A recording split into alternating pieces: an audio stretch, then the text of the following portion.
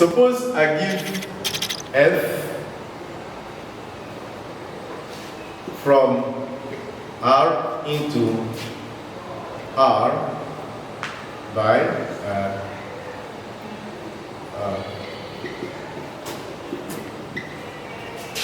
f at x is sine of x. This is our function. We know that range of f is nothing but the interval minus 1, comma 1. Okay.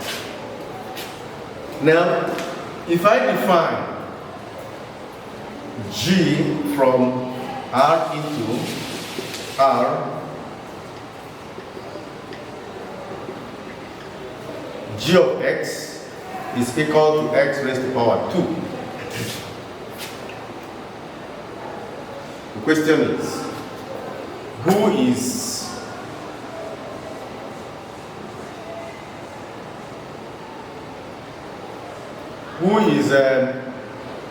f composed with g? So find f composed with g. 2. Sorry. Find 1. F composed with G. I wanted to find G composed with F. Okay. So let's look at this. I don't want to bore you much. You can just look at this. F composed with G acting on X. Here we are lucky, the two domains, domain of G and domain of F are the same. This is nothing but F of G of X. But F of X is in the range of, G of X is in the range of X, the range of G rather. But the range of G is this interval minus 1 to 1. So from the description we had, we demand that range of G intersection domain of F, we want this not to be an empty set. But who is the range of G? It is minus 1, comma 1. Intersection. Who is the domain of F? The domain of F, tell me. The range of G, sorry. The range of G is the set of all non-negative real numbers, which is 0, comma plus infinity.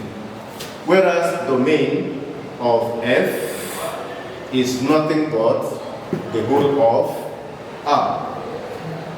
When we take the intersection of the two sets, so when we take the intersection of the two sets, we have 0, comma plus infinity intersection R is precisely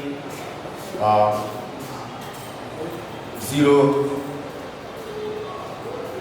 comma plus infinity. This is true. This is true. And so, this intersection is not empty. So the composition makes sense. Therefore, F composed with G acting on X is F of G of X, which is nothing but sine. So our G of X is X squared. So this is F of X squared, and this will give us F acting on X will give us sine X. Therefore, F acting on X squared will give us sine X squared. So F composed with G of X is simply this function sine X squared. This is true. Who is G composed with F acting on X? This is G of F of X. So we must, again, we demand that range of F intersection domain of G, which is, we demand that this should be a subset of domain which is G, and this is not empty. Range of F is who? minus 1, comma 1. Domain of G is who? It is the set of real numbers. Again, this intersection is simply minus 1, comma 1. And therefore, G of f of x is nothing but G of our f of x is sine x. So this is sine of x. But G, what it does is anybody you give him, he will square the person and give to you. So G of sine x is nothing but sine x raised to power 2. So this is our G composed with f. So that is G composed with f of x is nothing but sine x all squared. Notice that sine x all squared is not the same thing as sine x squared. So the lesson we're taking from here is that if f composed with g is defined and g composed with f is defined, the values you get are not the same. So f composed with g is not always the same as g composed with f. This is one lesson we draw from this. We have known the conditions under which we can compose f with g and conditions under which we can compose g with f. What are those conditions? This intersection, this should not be empty. The other case, intersection should not be empty. Precisely, this has to be a subset of g for this to make sense. So this is all about composition of functions.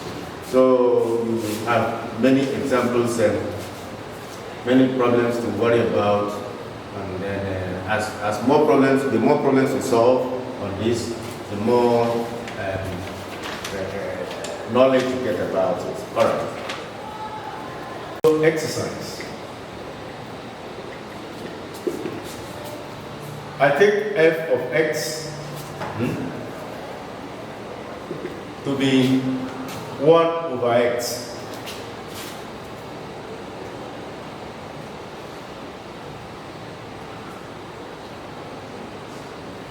All right. And then I take g of x to be x raised to power 2. First, find domain of f, domain of g, range of f, range of g. Okay. After you do all this, get me f composed with g, and then get me g composed with f.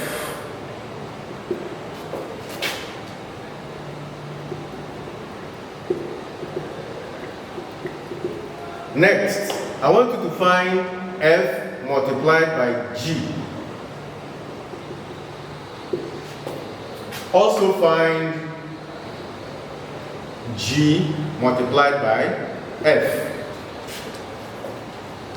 After you compute f times g, this is I here. After computing f times g and g times f, I want you to find the domain of f times g. This is multiplication, not composition. These ones are compositions, whereas this one is multiplication of functions. Again, I want you to find domain of g multiplied by f.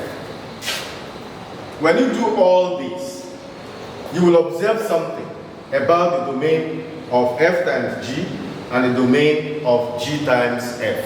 They are not necessarily the same all the time. That's why I gave these examples. Okay. So when we do all this, I believe you can always deal with the problem of composing functions. It's possible to compose more than 2 functions. So you can check the textbook for that. If you have questions, like I said, please let me know. If you try to compose three functions and you cannot get it, let me know. I will explain further. Do that on the comment section. Okay, thank you for your attention.